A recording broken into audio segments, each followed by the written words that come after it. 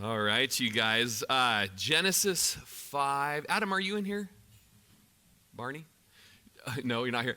Do you mind checking that thermostat? I just don't know if it's working. Are you already? Okay, I've been working with it, but it didn't seem to be. Okay. Awesome, guys. Genesis 5. Lord, show us Jesus here in this Old Testament text tonight. Very exciting chapter with a very exciting genealogy. This is what just gets all of you so excited when January 1st rolls around and you're going to do a Bible reading plan and you're like, I can do it this time. You're like, oh, Genesis 1, cool. 2, great. 3, awesome. 4, okay. 5, we're done. All right. There's some 25 genealogies in the Bible, but they each have a purpose. And they're really exciting, actually, when you study them and the context and why the author was including them. But Genesis 5, Boyce said, I don't know why it is that in the minds of some people, the most boring thing about the Bible is its genealogies. Perhaps it's because they don't read them. People who will pore over pages of fine print stock quotations or lists of baseball players and their batting averages will not read the Bible genealogies. And I just found over the last couple weeks, I've really actually enjoyed reading the genealogies and the details to them. Philip Bethancourt said the reason Genesis 5 is in the Bible is to demonstrate how God fulfills his words so that eventually Christ would be the firstborn among many brothers. So there's a reason it's there, and it's the genealogies to point us to Jesus. A little bit later, we'll see that Luke references this genealogy in the Gospel of Luke. So verse 1, this is the book of the genealogy of Adam. In the day that God created man, he made him in the likeness of God. So here's the book of the genealogy, or the descendants, the successors. Genealogy can also speak of the history. And we've already seen this word back in the creation account. When it spoke of the creation history, it used that word genealogy. And so here's the history of Adam and his successors. Now, these guys, in a couple different books that I was reading, they were referenced to be really godly, holy, awesome men from the line of Seth, as opposed to last week as we saw the line of Cain that was corrupt and wicked and depraved.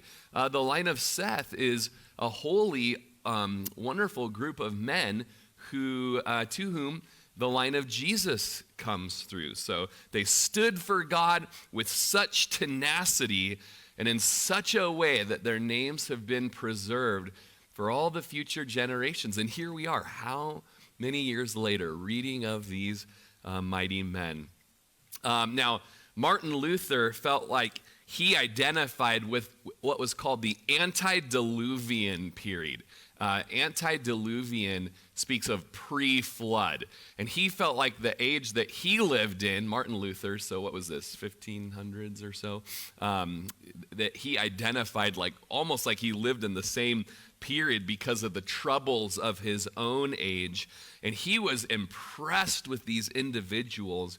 This is what he wrote. Martin Luther said, "This is the greatest glory of the primitive world, that it had so many good, wise, and holy men at the same time. We must not think that these are ordinary names of plain people, but next to Christ and John the Baptist, they were the most outstanding heroes this world has ever produced. And on the last day, we shall behold and admire their grandeur." So is that what you've thought of the Genesis 5 crew when you've read the genealogy? Like, these guys are the best! You know, you're probably like moving on very quickly to chapter 6. And Boyce said, this reminds us that God is particularly concerned to record the names and deeds of those who are faithful to him, and that he will also record our names and deeds if we are faithful. We can go look at Malachi 3:16. It says, "Then those who feared the Lord spoke to one another, and the Lord listened and heard them.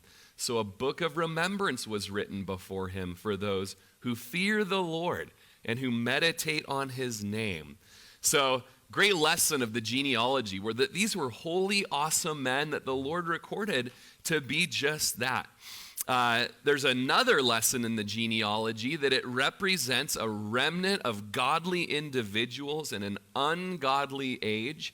And that's often the case, that a remnant remains in a day of wickedness. Elijah knew that well at the Battle of Mount Carmel, the contest at Mount Carmel, that there were a remnant reserved that had not bowed the knee to Baal. And John Calvin thought of this remnant and said that the design with which this catalog was made, I kind of like that, calling the genealogy a catalog. This is a guy that was raised, looking at the toy section in the JCPenney catalog. But the design with which this catalog was made was to inform us that in the great, or rather we might say prodigious multitude of men, there was always a number, though small, who worshiped God, and that this number was wonderfully preserved by celestial guardianship. So here's the genealogy of Adam. In the day that God created man, he made him in the likeness of God. So again, this phrase likeness or image has been used many times so far in Genesis.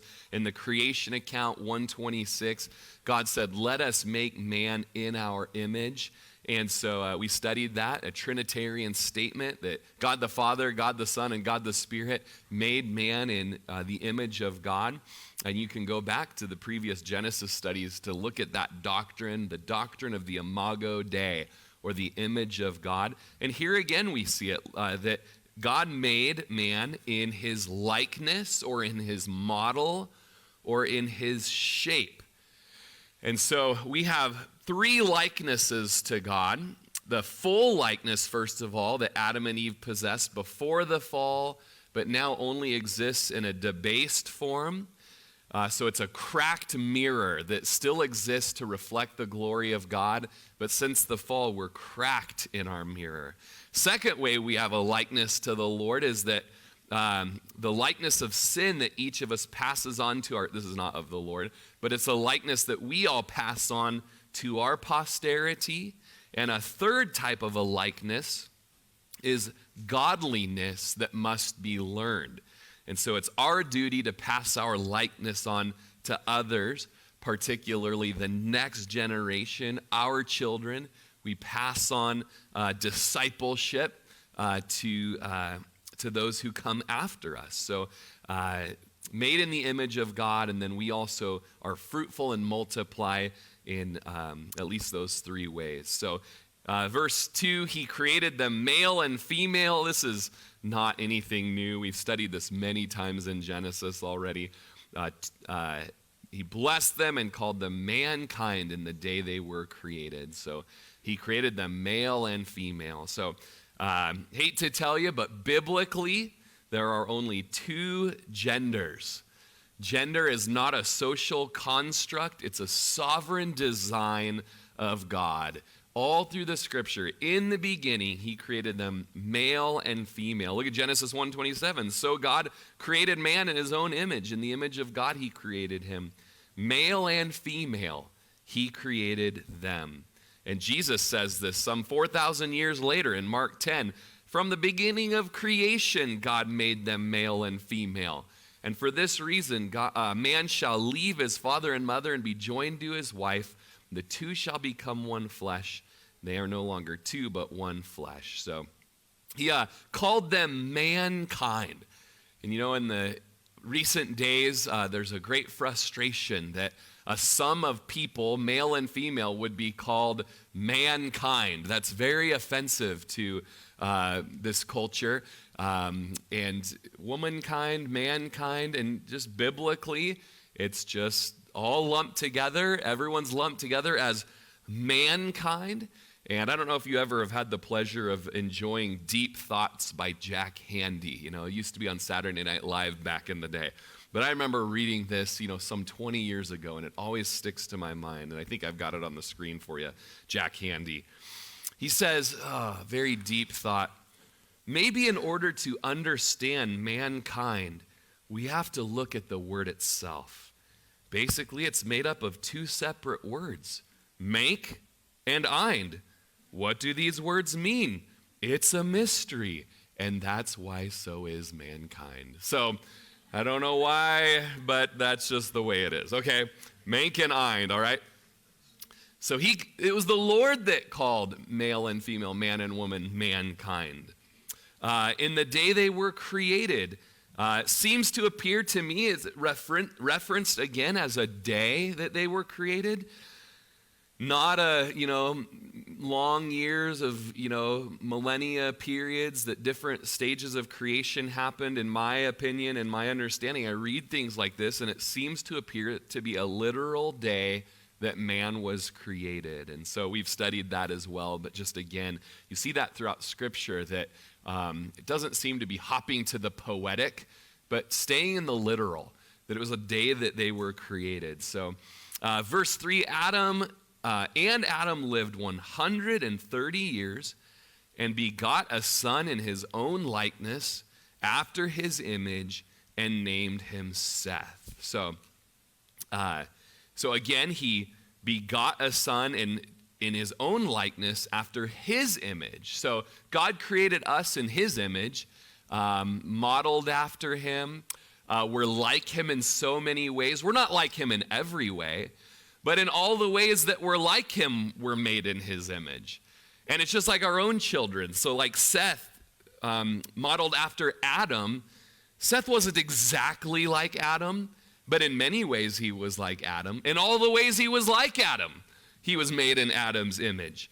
And so made after his image. And think of your children and the ways that their traits take after you. And, my son Russell's becoming such a man now.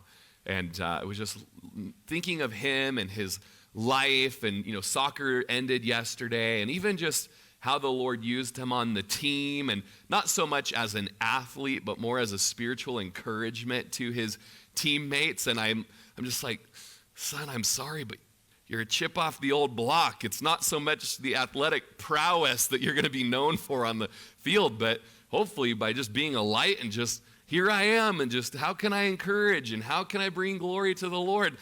You should have picked a different dad, ultimately, But all the ways that our kids are like us, they're made in our image. And Adam's third son here that we know of is Seth, or also in the original, Sheth.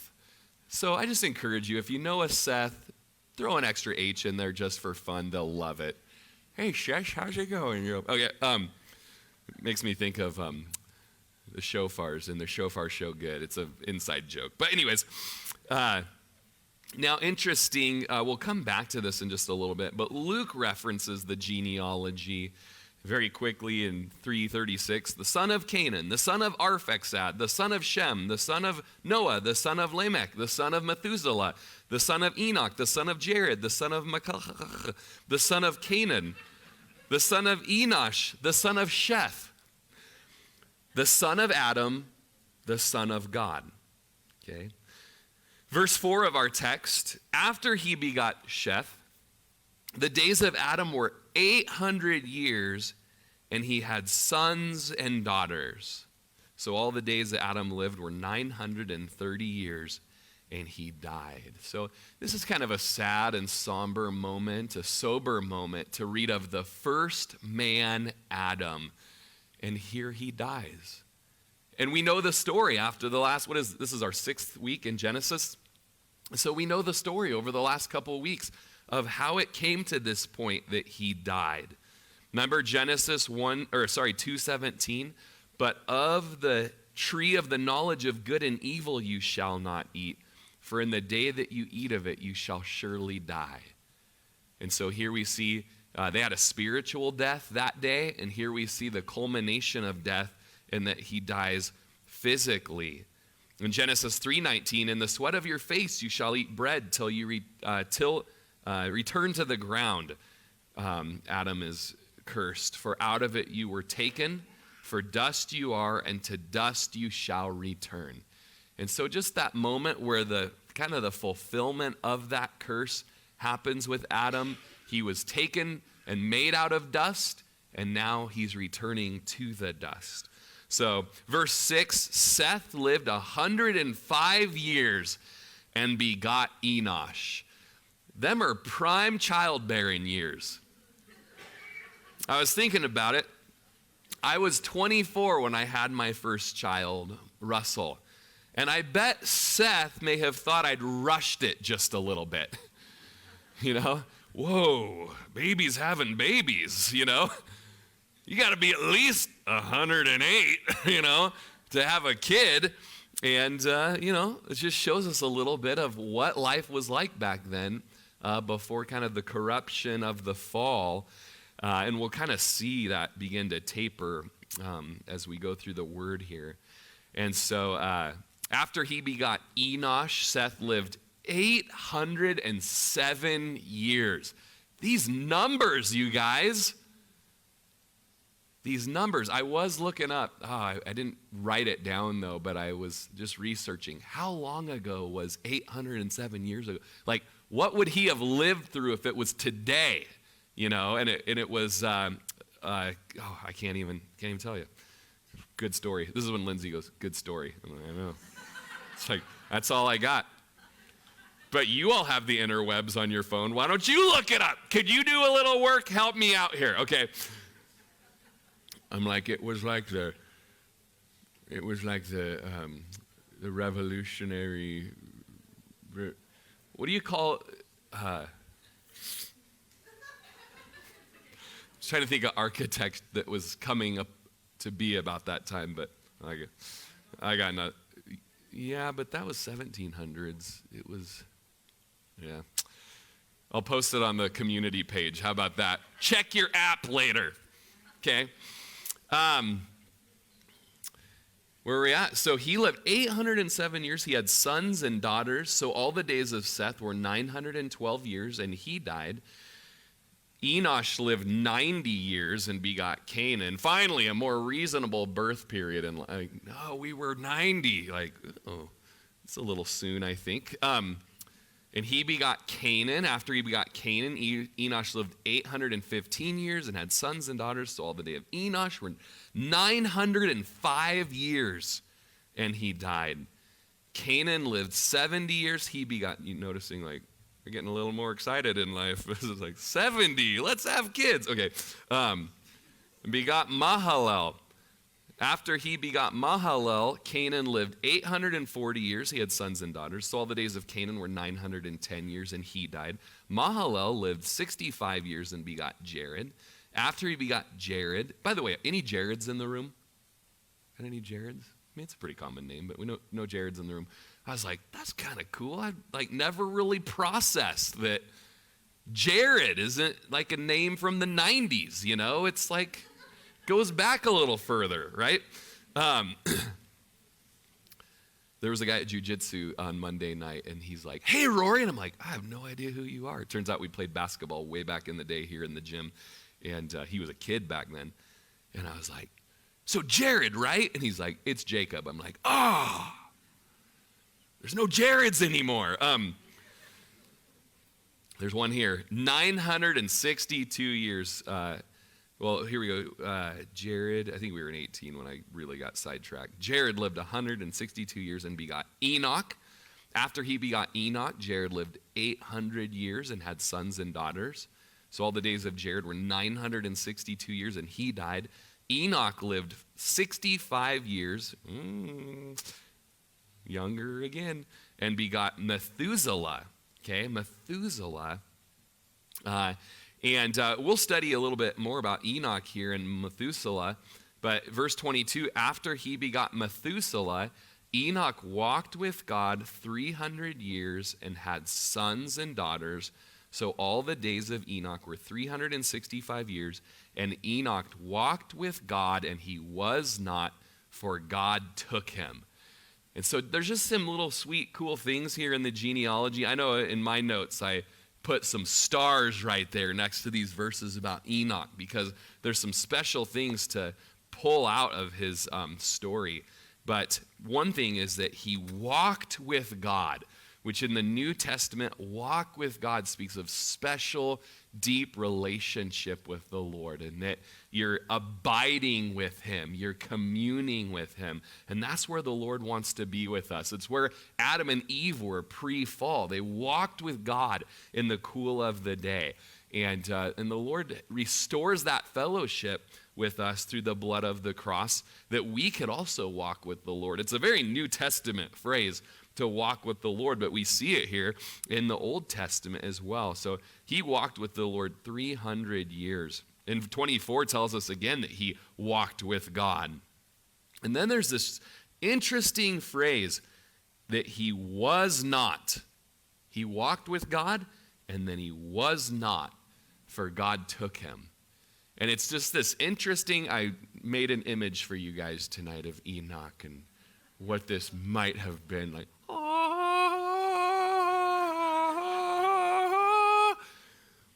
And I was like, could you put some green vegetation in? And it put like one little weed, and I was like, more, I need more. I felt like the Lord creating more vegetation. And then it froze up, and I had to like restart the computer. And I was like, hey, what's with the pillars? That seems kind of Roman era, or Renaissance, as Mark Rayburn would say. No, I'm like, I don't know, were there pillars back in Enoch's day? But I think we get the point, that he was just walking with the Lord, and then all of a sudden he wasn't. And I see here just a picture of a type of rapture with, Elijah had a type of rapture as well, when all of a sudden the Lord just saw fit to not let him see death, but let him be brought up in the chariots of fire in the whirlwind. For some reason, just the Lord saw fit to do that. And here we had Enoch, who walked with the Lord. It said twice, just that he had a special close relationship with the Lord. And one guy said, it might have been like they were walking and, hey, let's not go back to your place tonight. Why don't you just come home with me? And he just took him home with him. And so Hebrews 11, 5 and 6 in the Hall of Faith, Enoch is mentioned in the Hall of Faith. It's like the Hall of Fame, but about the men and women of faith in the Old Testament. By faith, Enoch was taken away so that he did not see death, and was not found because God had taken him. Now, I just was thinking today, I never had thought about it before, but Enoch had sons and daughters. Let's see here. He had sons and daughters, verse 22. So, do you have like an elderly parent, that goes on their walks every day, and you're like, oh, they're just out walking with the Lord and praying out there, going on that prayer walk, and then one day they don't come home? It's like, what the? Someone called. We got 48 hours, they say 48 hours is as long as it is. And it's like, you know what? I think the Lord just took them, and you better hope, right? But in this one case, that's what happened, all right? He was just walking, and his kids were like, yeah, I think the Lord just raptured him. Why he didn't take us, I don't know. I'm a little bummed about that. But God had taken him, for before he was taken, this is Hebrews 11, he had this testimony that he pleased God. So he walked with God. He's in the Hall of Faith. He pleased God. And then there's this beautiful phrase in Hebrews 11:6. But without faith, it's impossible to please him. For he who comes to God must believe that he is, and that he's a rewarder of those who diligently seek him. That beautiful phrase that's memorizable, guys, that's a memory verse right there, comes on the heels of the testimony of Enoch. For without faith, it's impossible to please God. We don't really know much about Enoch and how he pleased God. He walked with God. That's all we really know. But the author of Hebrews says he pleased God. He had faith. We're going to see in just a minute, I think what he names his son Methuselah tells us what kind of faith Enoch had. For without faith, it's impossible to please him. For he who comes to God must believe that he is, and that he's a rewarder of those who diligently seek him. Just to hop ahead a little, Jude 14, there's only one chapter of Jude, so a lot of times you don't throw the chapter in there. You just say Jude 14 and 15. And it says this, now Enoch, the seventh from Adam, and it's interesting that Jude makes clear to say, hey, he's the seventh from Adam, because there was a third from Adam named Enoch, but he was from the line of Cain. And it's like Cain was just a genealogy of destruction. We studied him last week. And not that Enoch, all right? The Enoch from Seth prophesied about these men, and we're going to see what men he was prophesying of, saying, behold, the Lord comes with 10,000s of his saints to execute judgment on all, to convict all who are ungodly among them of all their ungodly deeds, which they've committed in an ungodly way, and of all the harsh things which ungodly sinners have spoken against him.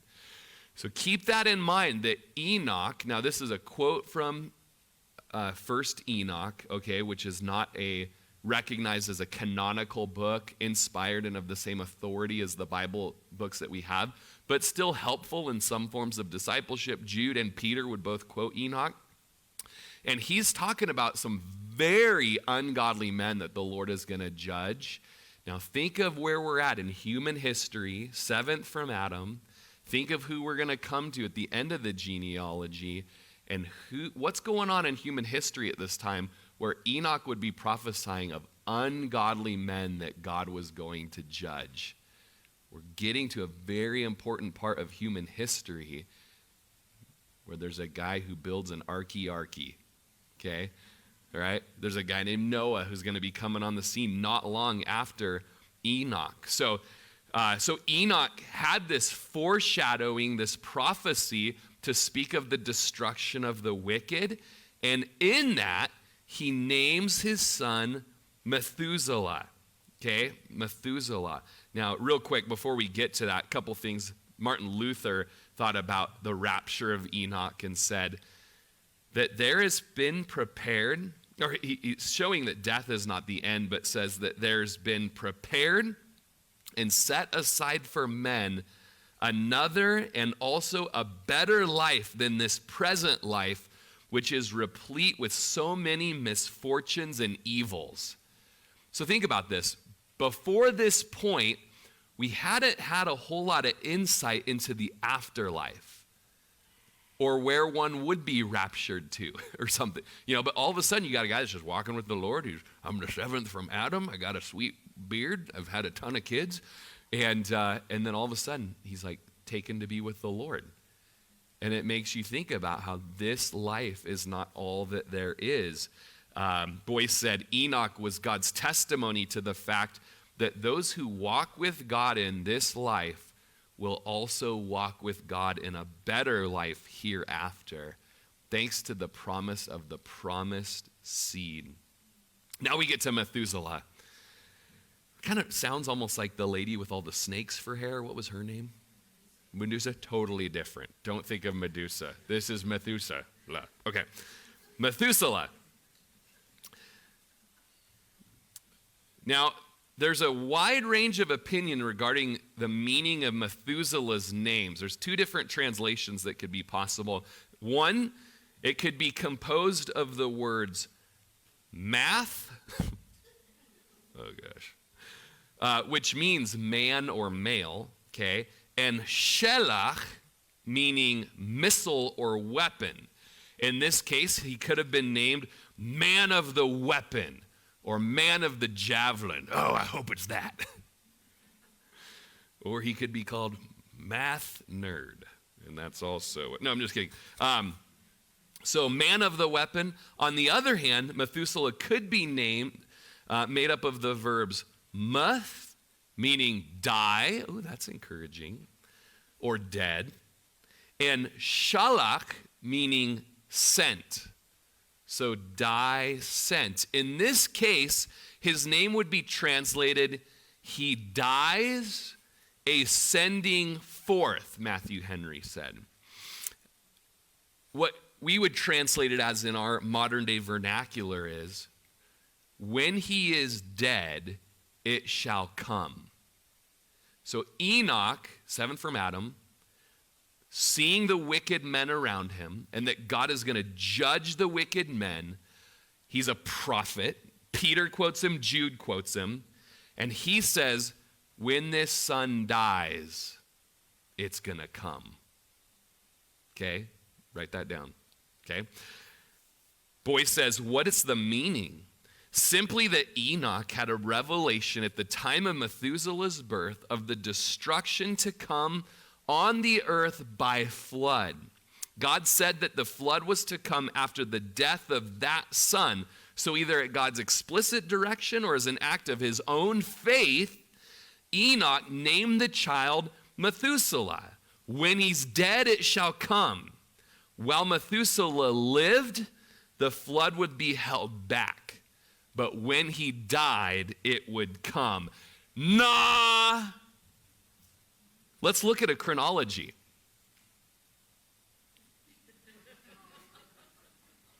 Let's look at a chronology. Just kidding. Check this out. So, first of all, I asked a certain smart internet person, like, did Noah know Adam? And this is what's so crazy, you guys. Noah was not a contemporary of Adam. He didn't know Adam. But his dad was alive at the same time Adam was. Isn't that crazy? Think of the family reunions. But at this point, millions of people were on the earth. We studied this last week when we talked about, if Cain and Abel were the only ones alive, who did they marry? And I said, I could tell you if I was Abel. Still flopping. Okay. And so how incredible though that these guys all lived at the same time. So you have Adam who lived to 930, Seth, so on and so forth. Enoch had this short little life right after Jared there, down towards the middle. Then he named his son Methuselah. When he dies, it will come. Methuselah dies in 1656. Noah's born in 1056, but the flood comes after Methuselah's death in 1656.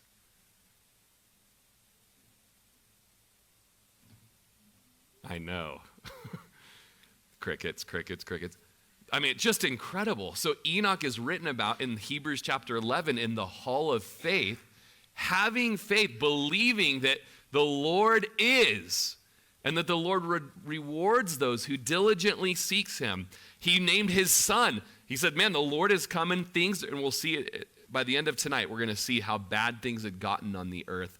And Enoch had seen it. Enoch was alive at the same time he knew Adam. And he saw how bad things had gotten and said, the Lord is going to judge this earth. And after my son dies, it'll come. So, real quick, got it for you on the screen. I just appreciate, by the way, all the other commentaries I read, it's like one chapter for chapter 6, one chapter for chapter 5. Oh, I appreciate the one chapter for one chapter. James Montgomery voices, 12 chapters for chapter 5. I'm like, James Montgomery, Boyce, you're killing me. But it's so good. And so I'm just sharing a lot that I've read, because when else are you going to get to hear it? Okay, so forgive me. I'm just going to be reading a lot of other guys' stuff. So he says this, the important thing is this, the flood came in the year 1656 according to the chronology of Genesis 5, but this is precisely the year in which Methuselah died by the same reckoning. In other words, the history of the period bears out in the meaning of Methuselah's name. As long as Methuselah lived, the flood tarried, but when he died, it came. There's a tradition based on Genesis 6:3 that says that Noah spent 120 years building the ark. Whether or not this is true, it's certain that Noah spent a long time building it, and that during this period, however long it was, Methuselah was growing older and older. Here was a man who was 600 years old, 700 years old, 800 years old, 850 years old. By the time Methuselah was 850 years old, God had appeared to Noah to tell him to build the ark, and Noah was getting underway. The crowds had gathered to scoff, 900 years old. Noah had laid the keel, constructed the ribbing, fitted the sides. The crowds were smaller because the novelty had worn off. 910 years old. By the way, did I mention Methuselah is the oldest guy that ever lived? I don't know if I did. Okay, anyways, 910 years old. 920 years old. You hear the ark being built out the seniors' citizens' home, you know. Someone quiet that guy down, I'm trying to sleep. Okay. 930 years old, 940 years old, 950 years old, 960 years old. Noah had long since finished the outside and laid the decks. The crowd had now faded away entirely. 965. The ark was almost finished. 966, 967, 968. The flood had been brought on board. 969. The ark was finished. The animals were taken on. Methuselah died. God closed the door. The flood came. When he dies, it will come. Isn't that crazy? Or his name just means, man of war. It could mean that too. Probably not. I don't know. Okay, so Methuselah, verse 25, lived 187 years and begot Lamech. After he begot Lamech, Methuselah lived 782 years and had sons and daughters. So all the days of Methuselah were 969 years, and he died. Lamech lived 182 years and had a son and called his name Noah, saying, "This one will comfort us concerning our work and the toil of our hands because of the ground which the Lord had cursed." In all my studying in the last few days, I didn't really dive into that phrase from Noah's dad about, that because of the curse and the toil and the working and the weeds and the thorns and the thistles and all that Adam brought on, for some reason, Noah was going to be the one to comfort because of the fall. And that's not how I think of Noah. I got to start figuring that out, But I think of no, Noah was the one that brought the whoosh, done with that, starting over, Maybe that's comforting. Maybe it was that bad, it's going to be so nice to just rip it off like a Band-Aid and start afresh again. But but what a neat blessing over Noah that his dad gave. After he begot Noah, Lamech lived 595 years and had sons and daughters. So all the days of Lamech were 777 years, and he died. And Noah was 500 years old. And Noah begot Shem, Ham, and Japheth. Just those ripe childbearing years again, 500. Okay, we're going to go into chapter 6, but we're only going in, I think, through verse 6. Because then next week, my goal is next week, it's the last week in our 7-week series before we come back after the new year. And I'd like to get through Noah and his story next week. So we're going to kind of pre-Noah this thing. Let me get over to that chapter in my notes.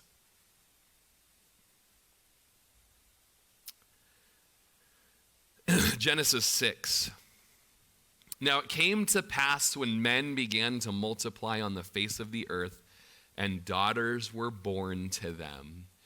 And so they're doing exactly what they're supposed to do. In Genesis 1:28, God blessed Adam and Eve and said to them, "Be fruitful and multiply, fill the earth and subdue it, have dominion over the fish of the sea, the birds of the air, and over every living thing that moves on the earth."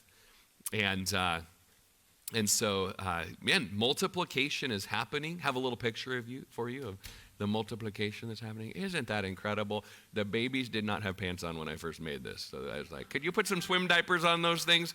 So there's little huggy ultras on those guys. I had to work with some deformed faces for a little while too, and one of them didn't have a leg but a stump. But we got it worked out though. One of them was crossing his legs a little effeminately. I was like, could we work that out? Okay, but other than that, when I write my book, this is the art that's going in it, you guys. So now we have this. So this is great, right? The multiplication.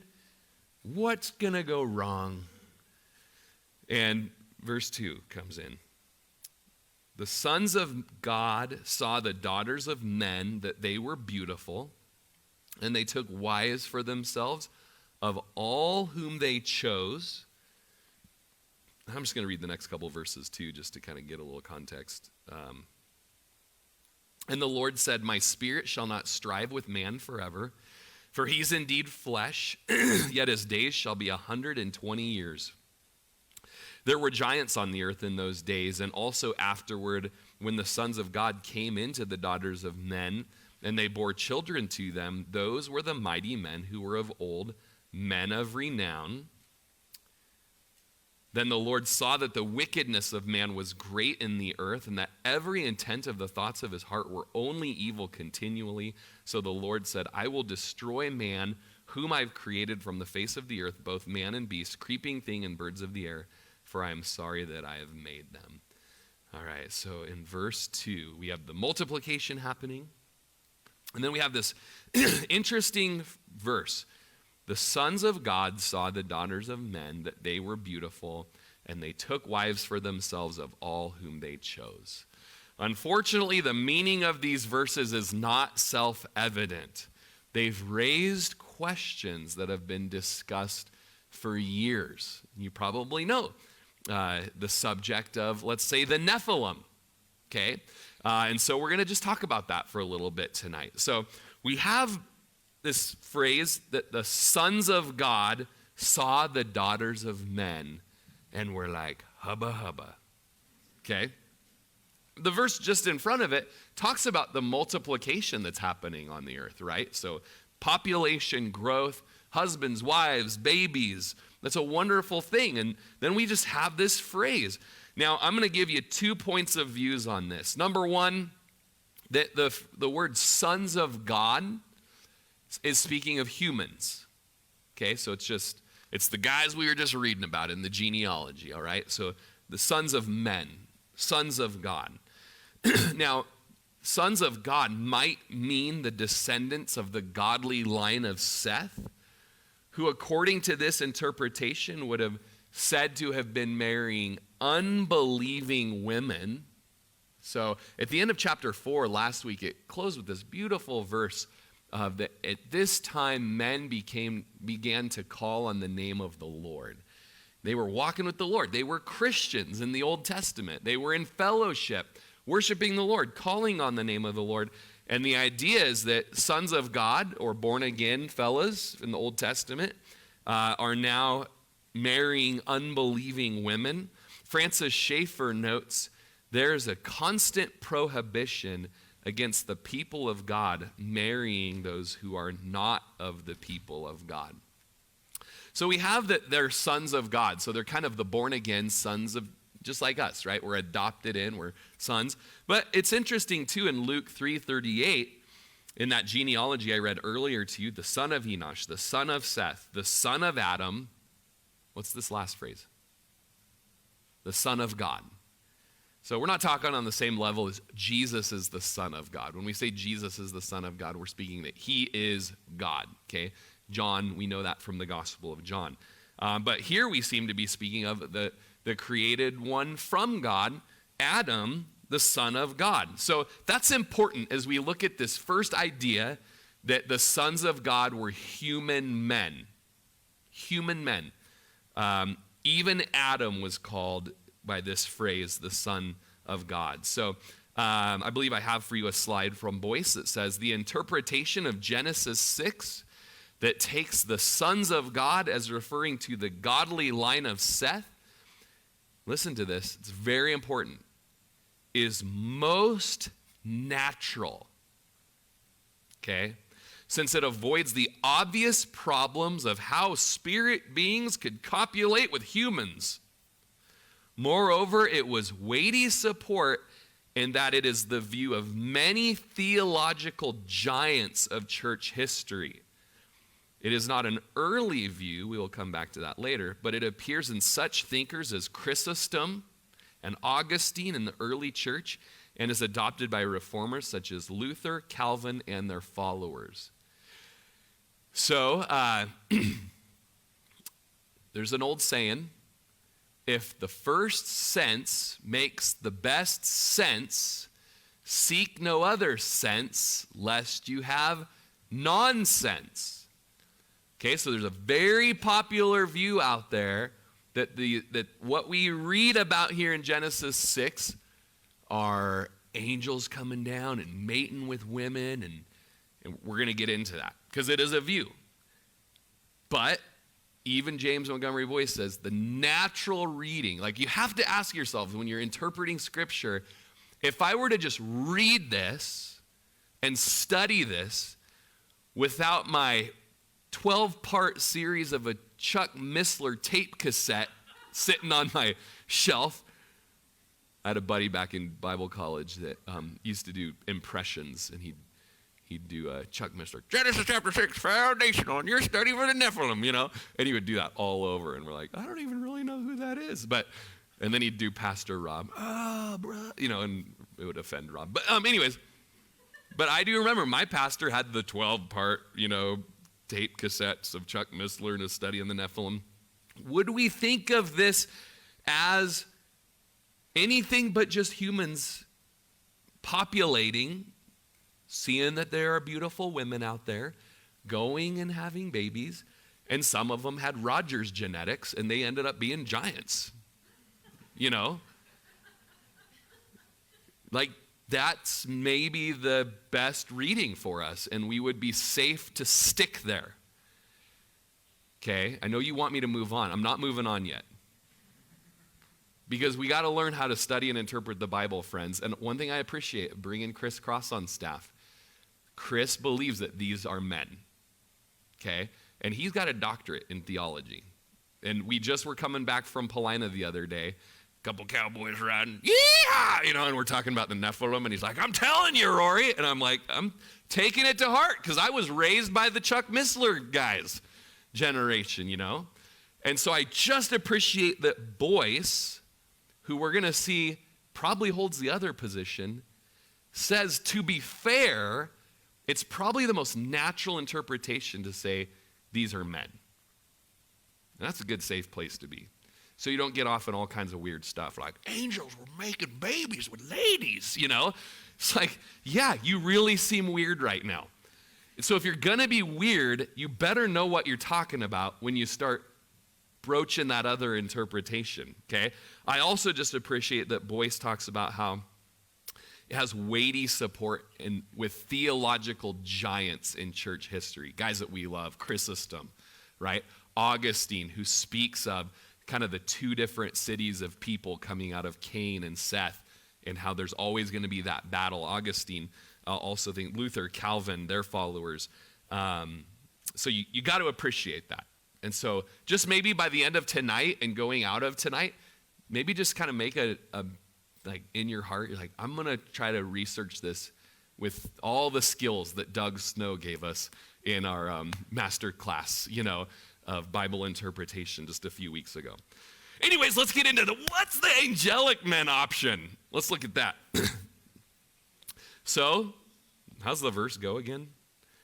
The sons of God saw the daughters of men, that they were beautiful, and they took wives for themselves of all that they chose. Here's option 2. I really struggled because I was like, should I put option 2, the first one? Because I don't want to give any, I don't even know where I land on this, you guys. So because I'm doing it second doesn't mean I'm going to save the best for last. You guys are sensible people and you all own Bibles, so do your reading and your research too. But let's just say those sons of God are angelic men. And Boyce says, however, there are reasons for rejecting that man interpretation in favor of the angelic or supernatural view. And it's to these we now come. The first reason is linguistic. That is, so far as the biblical use of the phrase the sons of God is concerned, there's every reason to take it as referring to angels. Whoa. There's every reason to take it as to referring to angels. Philip Bethancourt in the Christ Exalting Commentary says, every time the phrase sons of God is used in the Old Testament, it's in reference to angelic beings. And the New Testament authors seem to confirm that this is the case in the situation that we'll study in a minute, Peter and Jude. While their identity may be unclear, what is clear is that this development parallels the narrative of the fall. Just as Eve saw the fruit was good and took it, the sons of God saw the daughters were attractive or good and took them as wives. Creatures, it seems, are continually being led astray by desires and appearances. So, Job 1:6 and also 2:1 It says, now there's a day when the sons of God came to present themselves before the Lord, and Satan also came among them. So the idea is in the courtroom of heaven, the angels would come and stand before the Lord and give an account for what they've been up to, and Satan would come, and the Lord asks him what he's been doing. Kind of a crazy scene in the book of Job. It happens in 1:6, it happens in 2:1, and then in Job 38:7, when the morning stars sang together and all the sons of God shouted for joy. And so angels can also be referred to as sons of God. Adam was called a son of God, and the angels also. So we have that. In each case of Job, it clearly means spirit beings. Twice those fallen spirits who accompanied Satan in his periodic appearance before the Lord in heaven. Boyce says the second reason why the angel view of Genesis 6 should be preferred is that this was the view of the translators of the Septuagint. That's the Greek translation of the Old Testament, who rendered sons of God as angels and of other Jewish writers prior to the time of Christ. The key book is Enoch. And do I have this for you? Yeah, here we go. The key book is 1 Enoch. It's available to us through an Ethiopic text of which only 3 manuscripts survive. Yet in spite of this, I don't even know what this word means, so paucity? Possibly means paucity. I just try to sound so smart for you guys, and then I blow it. Yet in spite of this paucity of manuscripts, it was probably the most important, oh, here we go.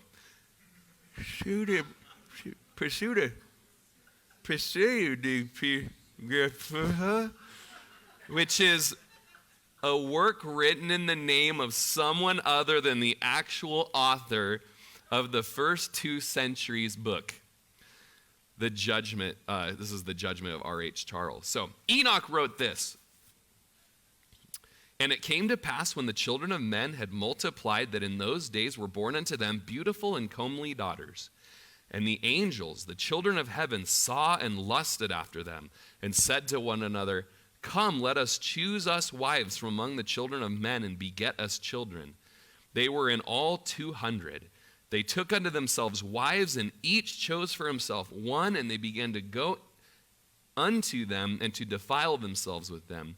And they taught them charms and enchantments, and they became pregnant, and they bare great giants whose height was 6'4", 225, 50 pounds, whose height was 3,000 ells. And there also arose much godlessness, and they committed fornication, and they were led astray and became corrupt in all their ways. So I'll have to think of that pseudographic thing again. But Enoch, who was alive at this time, wrote like an apocryphal type book describing this. Now, we got to understand, Enoch is not a biblical book, right?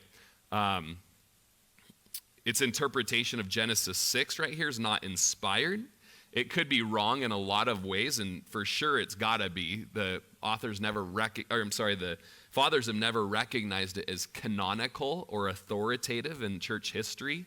However, it's significant in our interpretation understanding because the text was known by Peter and Jude, who both write something in the New Testament that seems to be referring to this angelic period and the judgment that was to come. So if you're Enoch, you're seeing this junk going on with angels, and you're like, it's about to go down. God is going to judge the wickedness of the world, and by the time my son dies, Methuselah, it's going to come. Okay? So here's what Jude says about this. Now, Enoch, the 7th from Adam, prophesied about these men, maybe angels, okay? Saying, behold, the Lord comes with 10,000s of his saints. I also believe this is a prophecy of the second coming of Jesus, to execute judgment on all, to convict all who are ungodly among them of their ungodly deeds, which they've committed in an ungodly way, and of all the harsh things which ungodly sinners have spoken against him. So Jude clearly has Enoch in view in verses 14 and 15. How could he not also have Enoch in view in verse 6, which comes before 14 and 15, when he says, "And the angels who did not keep their proper domain, but left their own abode, he has reserved in everlasting chains under darkness for the judgment of the great day." So maybe Jude is talking about just the fall and the fallen angels, or maybe he's talking about also what was going on here in Genesis chapter 6, verse 2. Okay? With Peter, it's the same situation, all right? Peter says, "By whom also Jesus went and preached to the spirits who were in prison." Oh, gosh, sorry, guys, I'm hopping. It probably doesn't matter, but let's go to 2 Peter 2 first, verses 4 and 5. And we're almost done. I know that this is like, yeah, that's how I feel right now. So, like, if I just keep opening my mouth, words will come out and make sense to the listeners. 2 Peter 2, verse 4 and 5. "For if God did not spare the angels who sinned, but cast them down to hell and delivered them into chains of darkness to be reserved for judgment, and did not spare the ancient world, but saved Noah, one of 8 people, a preacher of righteousness, bringing in the flood on the world of the ungodly." So Peter seems to have Enoch in view. Enoch was alive at the time that all this was happening. Then in a chapter, 1 Peter 3, 19 and 20, "By whom also he went and preached," this is Jesus after he died, "went down to Sheol, preached to the spirits in prison who formerly were disobedient, when once the divine long-suffering." So you would just think, oh, it's the angels who were fallen, they were disobedient, they followed after Lucifer, but then there's this immediate connection to the days of Noah, while the ark was being prepared, in which a few, that is 8 souls, were saved through water. So, are you following me at all? Like, maybe is talking about just the fall, and that's when the angels were disobedient and then put in chains. Or maybe there was this special judgment that Enoch's referring to. It's in the days of Noah, and because of angel immorality. Okay, so I don't think I have this quote for you, but it said, "The implication would be that in doing so, they recapitulated the sin of the angels of Genesis 6, who in a similar way had desired relationships with women." Now, here's an objection. And Chris and I were talking about this on our trip. But remember, Jesus says, in the resurrection, we will not marry nor be given in marriage, but will be like angels of God in heaven. And so we're like, yeah. And then I'm like, but it doesn't say that they don't have sex. True. So they're not married, right? And so, like many great minds who were thinking the same thing, James Montgomery Boyce says, but this is not the equivalent of saying that the angels are sexless, or that they could not have had sexual relations with women if they had chosen to do so. In heaven, human beings will not marry, but will nevertheless retain their identity, which includes their being either male or female, in the same way that angels could also have sexual identities. It's significant, perhaps, that when the angels are referred in Scripture, it's always with the masculine pronoun he. They are always described as men. And I remember when I first started going to Calvary Chapel, and like Touched by an Angel was on TV back in that day, and everyone at Calvary's were all fired up because, like, every time in the Bible you see angels, they're men. But then you got these ladies cruising around in a red Cadillac convertible, and all of a sudden our theology changes. Nobody ever watched that? When you walk down the road. Okay. It's probably on YouTube. Also, this will be on YouTube. Dr. Henry Morris of the Creation Research Institute, I love his study on the resurrection. I totally plagiarized it for the last 20 years.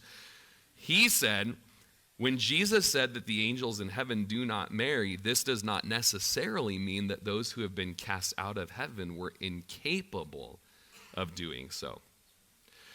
So, we'll get into a little bit more of this, but I'm not joking, like, put this argument second or first or whatever, like, I don't know. So he's got to be humble. And so when Chris moved to Prineville, he's like, man, did you know that, like, it's probably not the best reading of that we're thinking it's like angels are mating with ladies and all this is coming? I'm like, you are rocking my world right now, mister. My foundation of my spiritual faith is built upon the Nephilim. You know? So we're going to have some discussion in just a little bit. What do you think? Which is a great way to have conversations at a Bible study group. To me, this means the Nephilim are fallen. Okay, so here we go. So the sons of God saw the daughters of men, or the daughters of humans, the NIV says, and saw that they were beautiful. The New Living Translation says, they saw the beautiful woman.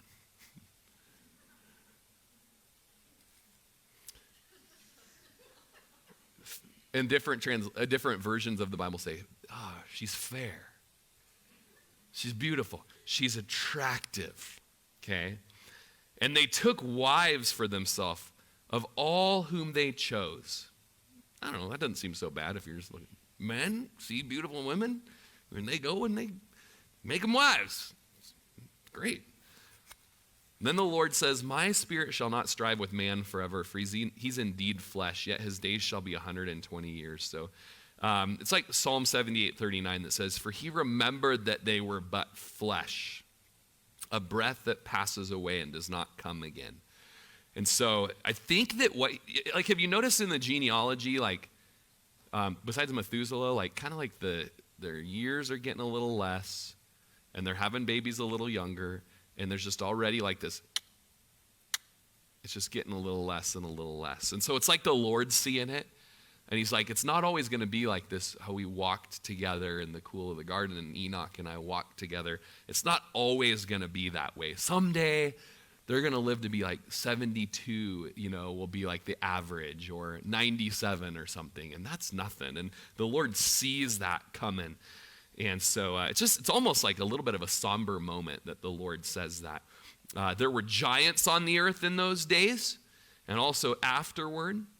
I don't know what the afterward is. I didn't get to that part in my studying, but you guys can look it up. So we got the sons of God seeing the beautiful women, marrying them, and then there's this interesting, and there were also giants. It's almost like Moses are I'm going to throw all kinds of curveballs at them. Sons of God mating with women and giants and unicorns, and time travel, it's what else you got? Woo! But it's just, to us, we read that, it's just so sensational. There were giants on the earth in those days.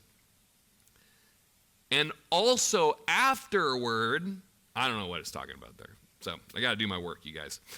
When the sons of God came into the daughters of men, and they bore children to them, those were the mighty men who were of old, men of renown. Okay, so let's pull this apart, and then we're almost done, okay? You guys don't want to go anyways. We're just talking about cool stuff. We do want to go. Yeah, but you don't. You're not going to. So giants, all right? You guys have all got your special internet account on Reddit or Facebook or whatever, and you're following those weirdo pages where the archaeologist is brushing off a giant femur bone, of a man that was found in Iraq or something like that, and this guy's 30 feet tall. You guys are following those pages? Yeah, you are. Yeah? Don't follow them. They're just weirdos. Okay, but that could be true, but giants, this is the word Nephilim in the Hebrew. Okay, so this is where we get this word. Nephilim weren't the sons of God that were mating with the women, whether it was man or angels or whatever. Nephilim were the giants that it's talking about here. So, and it says in the Hebrew, Nephilim means fallen or mighty ones, or mighty fallen ones, or fallen mighty ones, okay? And so James Montgomery Boyce just says, what would be more natural than that this union would produce the mighty men of antiquity? Since this verse specifically refers to the heroes of old, what would be more probable than that this is the origin of those stories of half-human, half-divine figures present in virtually all ancient mythologies? So this may be where Homer got his ideas. On The Simpsons when he's working there in the nuclear power plant, and he's oh, no. Okay. No, the Iliad stuff, right? In Numbers 13:32, so after the flood, after the Egyptian exodus, they go and they spy out the land, and they see giants there, men of great stature from the Anakim, which takes you to the Star Wars trilogies, and it's this whole thing. But it doesn't really, the Anakim. But it says here, afterwards when the sons of God came into the daughters of men, they bore children to them. Those were the mighty men who were of old. So the mighty men here speaks of vigorous heroes, champions, and in just my work with the Hebrew dictionary on my Bible program, angel. Okay, so the mighty men of old, vigorous heroes, champions, angel. I'm just telling you what the simple stuff is. Still don't have an opinion. I'm just telling you. Okay, men of renown, all right, speaks that they had a name for themselves. They had a standing, a reputation. They were famous. I mean, these were incredible guys. I just have 3 versions for you to see: New Living, NIV, and Young's Literal. I just thought they were kind of helpful. Whenever you have stuff like this where you're like, what could it be talking about? Read the different translations, because you'd find those helpful versions. So New Living, it's just a paraphrase. In those days and for some time after, which helps with, remember how I was like, and afterward, and I'm like, I don't know what afterward means. Well, this helps me. This translation says, in those days, and for some time after, giant Nephilites lived on the earth. For whenever the sons of God had intercourse with women, they gave birth to children who became the heroes and famous warriors of ancient times. Or the NIV, the Nephilim were on the earth in those days and also afterward. When the sons of God went to the daughters of humans and had children by them, they were the heroes of old, men of renown. And then the Young's Literal translation. The fallen ones, so it's interesting, he uses this phrase, fallen ones, were in the earth in those days, and even afterwards, when the sons of God come into daughters of men, and they have born to them, they are the heroes who from of old are the men of name. Okay, just going to fire hose some voice at you before we have the worship team come up. A study like this involves so many technical details that it's easy to find yourself wondering about the point of it all and ask her whether the outcome really matters. In one sense, the natural interpretation is quite valid and its point well taken. And so that's about if it were men mating with women, okay? But what of the serpent? What of Satan? What of his desire to subvert the race and draw men and women after him against God? If Genesis 6 does not refer to demonic activity, Satan apparently fades out of the picture entirely after chapter 3. But if Genesis 6 refers to a further attempt by Satan to pervert the race, then we have a reminder of his continuing hostility not only to God, but to ourselves as well. Then Boyce goes in to talk about how he tried to use Cain to kill Abel and to kill themselves off, and that was a total flop. It didn't work out, and God was merciful and had a covenant with Cain. So what was Satan to do now, Boyce says? At this point, he conceived the plan of corrupting the entire race by the intermarriage of demons and human beings. The Savior could not be born of a demon-possessed mother, so if Satan could succeed in infecting the entire race, the deliverer could not come. In narrating this incident, Genesis 6 is saying, in effect, meanwhile, back at the ranch, the villain is still hatching his plots. For in preserving the race intact, uncontaminated by Satan's attempt at demonic perversion, God actually provided for our salvation through keeping open the way for the Redeemer to come. If Satan had succeeded, Jesus could not have been born, and the race as a whole, including Adam and Seth and Enoch and all the rest, would have been lost. But by destroying the contaminated race and saving uncontaminated Noah and his immediately uncontaminated family, and by binding the demons who participated in this great sin in Hades until the final judgment, God made the salvation to be achieved by Christ both sure and possible. And also, the movie Noah with Russell Crowe is totally right. Just kidding. Strange movie. Okay. Verse 5, then the Lord saw that we'll do this next week, okay?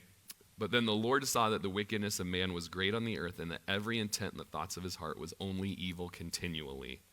And the Lord was sorry that he made man on the earth, and he was grieved in his heart. So the Lord said, I will destroy man whom I've created from the face of the earth, both man and beast, creeping thing and birds of the air, for I'm sorry that I have made them. And so just closing, that last quote by Boyce just helps maybe just one theological perspective is Satan's trying to destroy the whole human race so that Jesus can't come and crush his head and save the whole world.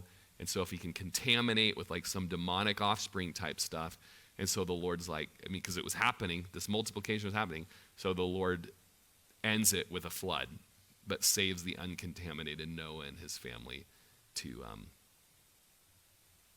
and interesting,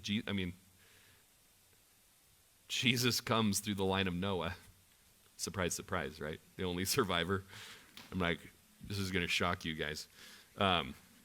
Worship team, come on up. And I just love this. I felt like this was a good closer, even though we'll come back to it next week. But Noah found grace in the eyes of the Lord. And so at the opening of this chapter 6, only Noah stands apart. Interesting stuff. I'm just like having so much fun studying Genesis with you guys. It's a lot. I got brain freeze. But will you guys stand with me? And maybe you've been like this, tight grip, closed-handed. The Nephilim are angels that mated with women and created the giants, right? I should say it. And they were the Nephilim, right? And just, that's probably like we major on the minors, okay? And we need to probably, there's reason to loosen the grip on what we've understood the Nephilim to be, all right? And so it's okay to be like, man, I think this, or I never thought that before, but we're just all working. And I really appreciate kind of how this all wrapped up, that it does come down to the gospel, and it comes down to the proto-evangelion in Genesis 3:15, that Eve would have a seed who would crush the serpent's head, and in the process, he would bruise his heel. And so Satan always is trying to not let that come about. Always, whether you're talking about Antiochus Epiphanes trying to destroy the Jews back with the Greeks after the captivity, whether you're talking about Caesar Nero and the persecution of Jews, whether you're talking about Adolf Hitler, whether you're talking about what's going on now, like Satan does not want Jesus to win. And so there's always going to be that type of trying to dilute or trying to cause the power to not be there.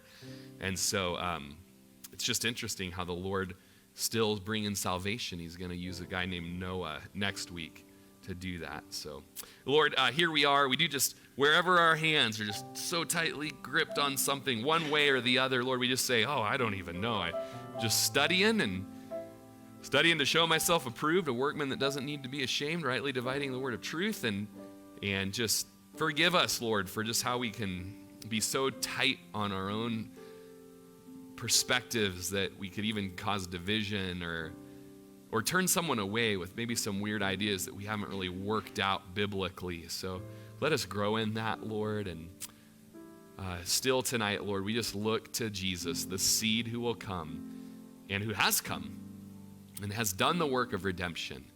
And now we can't wait for you to come back and just take us to be with you, Lord. So we just worship you tonight. Studying your word is so exciting.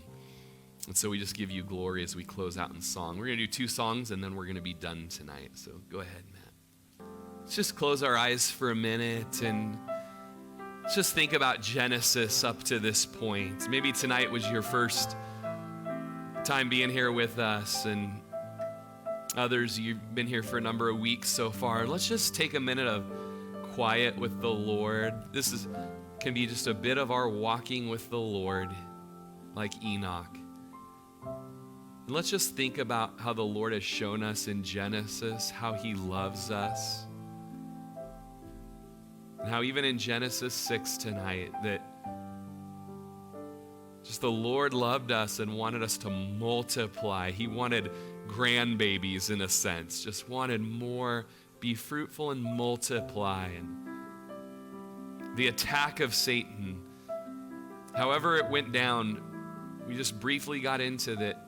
The Lord could just see that every thought and intention of man's heart was only evil continually. And yet he loves us, that he saved the race through a man on a piece of wood, just pointing to Jesus, who would save the world by dying on the cross. But let's just think of just the love of the Lord towards us so far in Genesis. What thought has he put towards us in pursuing us and being with us and forgiving us? Just a minute of just quiet before we dismiss here tonight.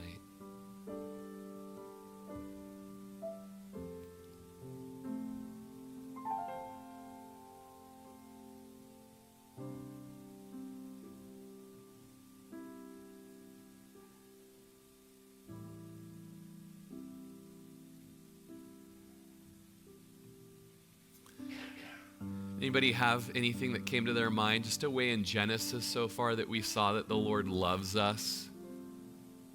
What comes to your mind? Anybody, just shout something out. What's that? Children. Have children? Yeah, awesome.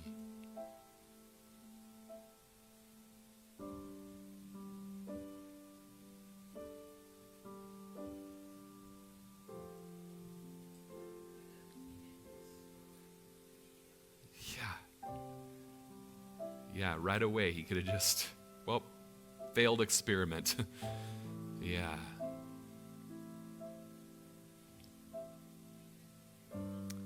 Yeah, made in his image. That was one that I was thinking. He thoughtfully created us with great intentionality. He made us with love. Yeah. Jeopardized his own glory by making us like him.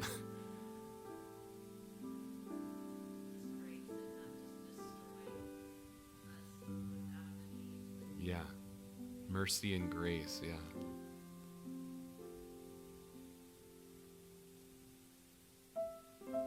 Shout it out. It's just something else. Just so far, we're in chapter 6.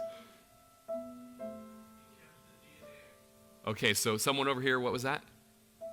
What? Okay, a man shouted out something? I was waiting for you, Greg. The DNA did not. What do you mean?